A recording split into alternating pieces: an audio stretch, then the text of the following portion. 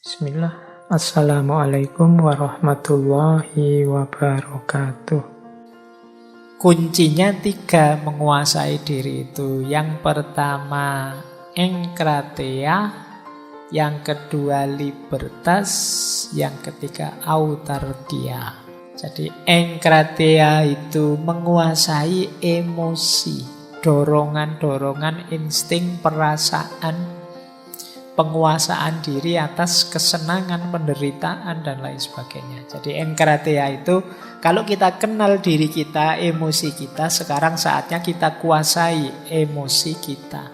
Menguasai kemarahan, menguasai emosi, kesedihan, keletihan, dan lain sebagainya. Ini namanya engkrateia. Wah, situasi begini saya biasanya marah ini. Memang saya marah sekali, tapi saya bisa menguasai karena saya sudah kenal. Ini gejala saya marah ini kayak gini. Harus agak menarik diri ini. Wah, ini kecewa berarti aku. Karena kalau seperti ini situasinya biasanya saya memang kecewa. Sudahlah, saya minggir dulu. Nah, ini orang bisa menguasai emosinya. Yang kedua apa? Libertas.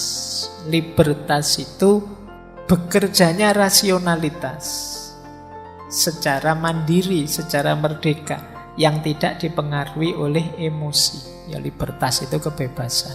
Emosi terkendali, akal sehat yang maju. Nah, ini libertas namanya.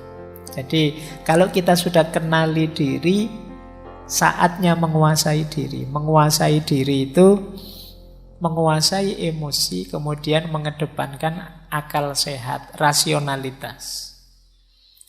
Dan yang ketiga, ini penyeimbangnya apa? Autarkia. Autarkia itu, ini yang sering saya pakai istilah tahu batas. Tahu batas itu menurut Sokrates, cirinya yang pertama mandiri dari pengaruh. Yang kedua, menjadikan akal budi, akal sehat sebagai satu-satunya jalan mencapai kebahagiaan. Jadi orang tahu batas itu akal budinya jalan dan tidak mudah terpengaruh. Jadi setelah kita mengenali diri, kita kuasai diri. Kita lanjut ya. Nah, kalau sudah mengenali diri, menguasai diri, saatnya membentuk diri. Kita kenal siapa kita, kemudian kita kuasai diri kita. Kalau sudah, ayo kita bentuk diri kita. Ada beberapa faktor yang mempengaruhi pembentukan diri kita. Yang pertama, ideal yang kita impikan. Ideal itu macam-macam, misalnya jadi orang soleh, jadi patriot, jadi apa, itu namanya ideal. Ya rumus sederhananya kalau kayak kita waktu TK ditanya cita-citanya apa, kalau sulit jawab kan berguna bagi nusa, bangsa, agama, orang tua gitu. Nah itu idealnya begitu. Jenisnya apa masih belum tahu. Jadi membentuk diri berarti mengarahkan diri kita pada ideal yang kita inginkan. Ini mempengaruhi, ideal-ideal mempengaruhi pembentukan diri. Yang kedua, peran yang kita mainkan. Kebetulan casting saya sekarang jadi mahasiswa. Ya saya harus membentuk diriku jadi mahasiswa yang baik, yang ideal. Kebetulan peranku sekarang jadi dosen. Yo, saya harus membentuk diriku jadi dosen yang baik. Peranku sekarang jadi kakak. Yo, jadi kakak yang baik. Peranku sekarang jadi tetangga. Jadilah tetangga yang baik. Ini fase pembentukan diri. Kemudian ada fase pembandingan dengan yang lain. Kita bandingkan.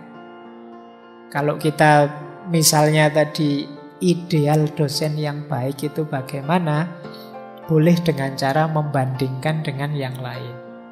Oh, dulu idola saya dosen bapak itu luar biasa. Saya tak niru dia. Itu memudahkan pembentukan diri. Kemudian pengalaman hidup, sukses maupun gagal. Ini jadi pelajaran untuk membentuk diri. Kemudian komentar orang, jangan dicuekin. Penilaian orang, jadikan bahan refleksi, masukan, lumayan. Kadang-kadang kita berpikir sendiri tidak ketemu-ketemu. Orang lain yang nemu kejelekan kita. Alhamdulillah kita punya orang yang benci kita, sehingga dia nyari jelek kita terus, lumayan, bahan introspeksi gratis. Nah, makanya jangan galau kalau wah saya sekarang banyak hatersnya Pak. Lu alhamdulillah ada orang yang siap sedia menunjukkan kesalahan kita sehingga kita bisa jadi lebih baik dan tidak usah bayar. Nah, bagi yang tidak punya haters ya kamu bikin iklan, dicari haters, sebulan honornya sekian, tugasnya menilai diriku ini sudah baik apa belum. Dan yang terakhir tentu saja budaya hidup sekeliling kita. Masyarakat kita juga punya ideal-ideal. Ini bahan-bahan yang harus kita ramu untuk membentuk diri. Jadi tadi diawali dari mengenal diri, kemudian menguasai diri, dan diakhiri dengan membentuk diri.